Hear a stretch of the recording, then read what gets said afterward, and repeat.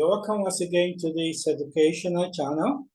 I want to speak today on international standards on auditing 200, overall objectives of the independent auditor, and the conduct of an audit in accordance with international standards on auditing.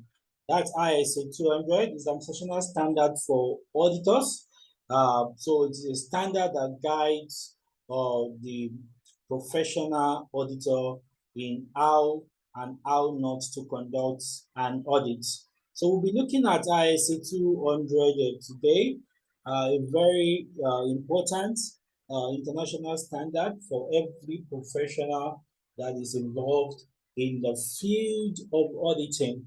Okay, so what is the scope of this standard? Okay, that is paragraph 1 of the ISA. This international standard on auditing deals with the independent auditor's overall responsibilities when conducting an audit of financial statements in accordance with ISA. So this standard is for every independent auditor that is auditing a financial statement. Okay, so we got that settled. So the standard refers to auditors carrying out audit of financial statements. Okay, so that's paragraph 1. Okay, we'll look at paragraph 3. Of course, we don't have the time to look at the standard line by line. So I've just decided to just cut out the most important aspect of the standard. All right, so paragraph 3 talk about what audit of financial statement is all about. It says that the purpose of an audit is to enhance the degree of confidence of intended users in the financial statement. All right, so we have what is called basically you have this challenge with trust, with confidence, with assurance. Okay, so you have the principals of the business, the owners of the business, the shareholders of the business, all right, waiting for returns, waiting for reports from the directors of the business. So the directors are called the agents of the principals. So that leads to what is called the agency problem. Okay, so we don't have full confidence in what is being given to us by a third party. We're not there when the financial statements are being prepared. So we need this third party, we need the assurance practitioner, we need the auditor to look at what has been given to us by the directors and confirm, validate, verify, all right, the truthfulness and the fairness of what is stated in the reports. And that is the job of the financial auditor. So by the time the financial auditor gives his opinion on the truth and fairness of the financial statement, the users of the financial statement and they have confidence in what has been provided. So this is achieved by the expression of an opinion by the auditor on whether the financial statements are prepared in all material respects in accordance with an applicable financial reporting framework. So that's that. So the essence of the audit is basically to provide assurance, to provide confidence. I'm sure you'll have heard of what is called reasonable assurance by now. So it's to provide reasonable assurance that yes, we can trust, we can believe, we can have faith in what the directors have prepared. Okay, so that is the purpose of an audit basically. So the form of opinion expressed by the auditor will depend upon the applicable financial reporting framework and any applicable law or regulation. Okay, great. So you cannot just express an opinion without referring to the relevance of applicable financial reporting framework in that country. So this might vary from country to country. For example, in Nigeria, we use IFRS, National Financial Reporting Standards, all right, for the accounting profession in Nigeria, all right, and basically in so many countries of the world, but there are some exceptions. I think United States of America, all right, is basically aligning, all right, to IFRS, not really adopting IFRS. So the auditor must be familiar with the applicable financial reporting framework in the country of the auditee. Then number one, that's number one. Number two, then you have to be familiar with applicable laws and regulations. So financial statements are prepared under the umbrella of laws and regulations. Okay, so the auditor, the financial auditor, is expected to be fully aware of the relevant laws and regulatory pronouncements in that country. Now, so let's just jump to paragraph 11, where what we are looking for in this standard is actually stated. Overall objectives of the auditor in conducting an audit of financial statements. The overall objectives of the auditor are: number one, to obtain reasonable assurance about whether the financial statement as a whole are free from material misstatements, whether due to fraud or error, all right, that is either intentionally or intentionally, all right, thereby enabling the auditor to express an opinion on whether the financial statements are prepared in non-material respect in accordance with an applicable financial reporting framework. That was a very long statement, actually, all right, but in simplicity, what it simply means is that the auditor is expected to be able to give an opinion, to be able to report, to be able to give us confidence that yes, XYZ PLC or XYZ Limited has prepared the financial statement and we can rely materially, all right, on what they have prepared. Okay, the income statement, the statement of financial position, and the rest of the financial statements, all right, are materially free of irregularities. Okay, you've checked. Okay, the books, we have looked at the supporting source documents and relevant laws and regulations, and yes, we are vouching for these guys. All right, so that's basically the objective of the auditor while conducting the audit of the financial statement. Then number 2B, to report on the financial statement and communicate as required by the National Standard Audit, all right, in accordance with auditor's findings. So the second objective, after you have number one, you obtain the reasonable assurance, all right, on the financial statement. Number two, you must communicate. All right, so it's not enough to say yes, we have looked at the financial statement that is materially free, all right, of fraud or irregularity. It's more than that. You have to communicate to the stakeholders. All right, you have to communicate to the stakeholders what your findings are. So this is in paragraph 11 of the standard. All right, in all cases when reasonable assurance cannot be obtained and a qualified opinion in the auditor's report is insufficient in the circumstances for purposes of reporting to the internet users of financial statements, the ISAs require that the auditor disclaim an opinion or withdraw from the engagement where withdrawal is possible under applicable law or regulations. That's paragraph 12. So what they're saying there is that if it is not possible for you to form an opinion, all right, maybe, and there's many things that could have caused that. You may not have information that you need, all right? You may have been intimidated, okay? I will talk later on threats to independence. And one of the threats to independence is intimidation, all right? It can happen in the field of audit. I'm also a practicing auditor, and so these things happen on the field. You may have directors that may just feel threatened and they're not ready to cooperate. So the information you need to make an opinion is not available. All right, this ISO 200 is saying you can, all right, disclaim an opinion, and disclaiming an opinion means you more or less, okay, your report states clearly that you cannot form an opinion, all right, for so and so reason. Or worst case scenario, you can withdraw from the engagement, you resign as an auditor that this is not comfortable, all right, for the audit firm to be able to work. So if they're not allowing you to work, you walk away. So the audit standard actually allows for that, okay? So you can definitely walk away if you cannot, you don't have enough material evidence to make an opinion. All right, so paragraph 14 talk about the requirements, okay, for the auditors, okay, conducting an audit.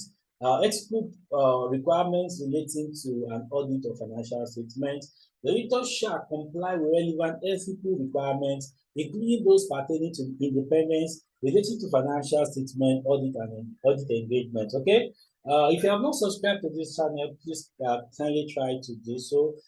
In subsequent videos, I will talk about the ethics, or code of ethics for the accounting and audit profession. So, for example, in ICANN in Nigeria, we have Like the ICANN is Institute of Chartered Accountants of Nigeria. We have our own ethical code, all right, for auditors and for accountants. And so you as an auditor, all right, you are expected to be ethically sound, ethically compliant.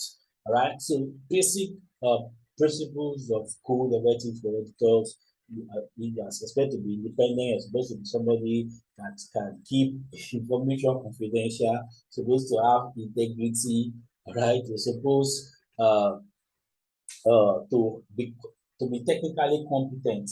And so on. So all those ethical the way good boys and girls, like I always say it in ethics class, ethics simply mean be a good boy, be a good girl. Okay, so basically, uh, do the right thing as an auditor. So we are supposed to be guided by that ethical requirement while we are conducting an audit. So if you are not going to be independent, then we should look at options available to us. Okay, then another requirement of the IC 200 is professional skepticism. The auditor shall plan and perform an audit with professional skepticism, recognizing that circumstances may exist that cause the financial statement to be materially mistaken. Now, that is saying that you should go to every audit with your, antenna very sharp. Okay, we're not saying you should be, like a hunting dog. Okay, but you should go with the mind that something could be wrong. That's why you are being hired anyway. Okay, if the auditee, or if the owners of the business, the shareholders, if they completely trust, quote and unquote, the directors, they won't be hiring you. Like I talked about the agency problem the other time. So there is an agency problem, that's why you are being hired. And that is why, for you to do your job, you must have that professional skepticism. You don't take anything at face value, right? You tell A, you have to check whether it is A truly. You say something is B, you have to check very well whether it's B. So your test of controls have to be adequate, your substantive tests have to be adequate because of what professional skepticism. All right, having that, approaching everything with carefulness, with the mind that something could go wrong or something could be wrong. That's professional skepticism. All right, and we also have professional judgment, paragraph 16. The auditor shall exercise professional judgment in planning and performing an audit of financial statements. So the audit to require experience, and the more work, the more jobs, audit jobs you do, audit tax you do, the more years you put in, the more you experience, and the more sharp, right, your professional judgment. So we will always make professional judgments, okay, based on facts available to us, information available to us, based on knowledge that we have. So the auditor is expected to make judgment professionally. All right, sometimes you make decision not to test certain controls. Okay, it's a professional judgment, but it has to be a guided judgment. So that's why I said when we're talking about professional judgment, a lot of things are very relevant. Okay, number of jobs you have done in that line, right? Your level of education, your level of experience. All right, so you don't just make a rash decision. You don't just make a rash judgment. You make professional guided judgment always. Okay. So paragraph 17 talk about sufficient appropriate audited evidence and auditors. So to obtain reasonable assurance, the auditor shall obtain sufficient appropriate audit evidence to reduce audit risk to an acceptably low level, and thereby enable the auditor to draw reasonable conclusions on which to base the auditor's opinion. So you don't make large decisions, like I've said. So you need to gather sufficient. What is sufficiency in audit? It means enough. You have to gather enough audit quantity. Appropriate in audit means quality of the evidence. And when we're talking about quality of the evidence, we are looking at reliability of the audit evidence. We are looking at relevance of the audit evidence. So the audit evidence must be enough quantity, it must be reliable, it must be relevant. All right. So when you give your audit opinion, all right, what people will be checking for is the evidence. If the evidence are not enough, all right, or they are not convincing enough, you're going to have problem. So you're not auditing, you're not auditing children, basically. You're not auditing children, you're not auditing people that are maybe first year on the job. You are interacting with directors, you are interacting with CFOs, you are auditing chief financial officers, you are auditing probably charter accountants, right? So these guys, are professionals also. So they are not going to just take, anything you just say. All right. I remember there was one audit we went for. Uh, in one bank in Abuja, and it was an IT audit basically. And I respected the head of IT for one thing. If you raise any non-conformity, right, in that audit, the next thing the guy is asking you is what is the audit criteria? That is, we should quote for him, a standard or a best practice that justify your non-conformity. If you can't tell him that, okay, it is ISO 27001 or it is ISO 22301 or it is NIST, right, or PCI DSS, all these are IT standards that we use in IT audits. All right. If you cannot tell him that this is what a standard or best practice, he will not take it. All right, and he's right. All right, he's within his rights to challenge you as an auditor. So that is why every auditor must have that competency that we talk about to be able to generate and support his or her opinion with appropriate audit evidence. Okay, so this is very important. Okay, in audits. Okay, objectives stated in individual ISA. So we are looking at ISA 200 now, right? But there are other international standards and everything, of course. So what this is saying now, let's look at what it says. To achieve the overall objectives of the auditor shall use the objectives stated in the relevant ISAs in planning and performing the audit, having regards to the interrelationships among the ISAs. All right, so you cannot isolate one standard and say, okay, this is what is going to be our main standard. No, you have to look at other international standards, as relevant. Okay, so to determine whether any audit procedures, in addition to those required by the ISAs, are necessary in pursuance of the objectives stated in the ISAs, and B, evaluate whether sufficient appropriate audit evidence has been obtained. So you need other standards. Okay, as I will say today, I've even created standard outside financial audit, and that's how it's supposed to be. So what this particular paragraph in ISO 200 is saying is that you cannot audit, in isolation. You have to look at what the requirements of other international standards of auditing. So it has been a great time once again discussing and sharing what I know in audit with you. So if you have not subscribed to this channel, kindly do so.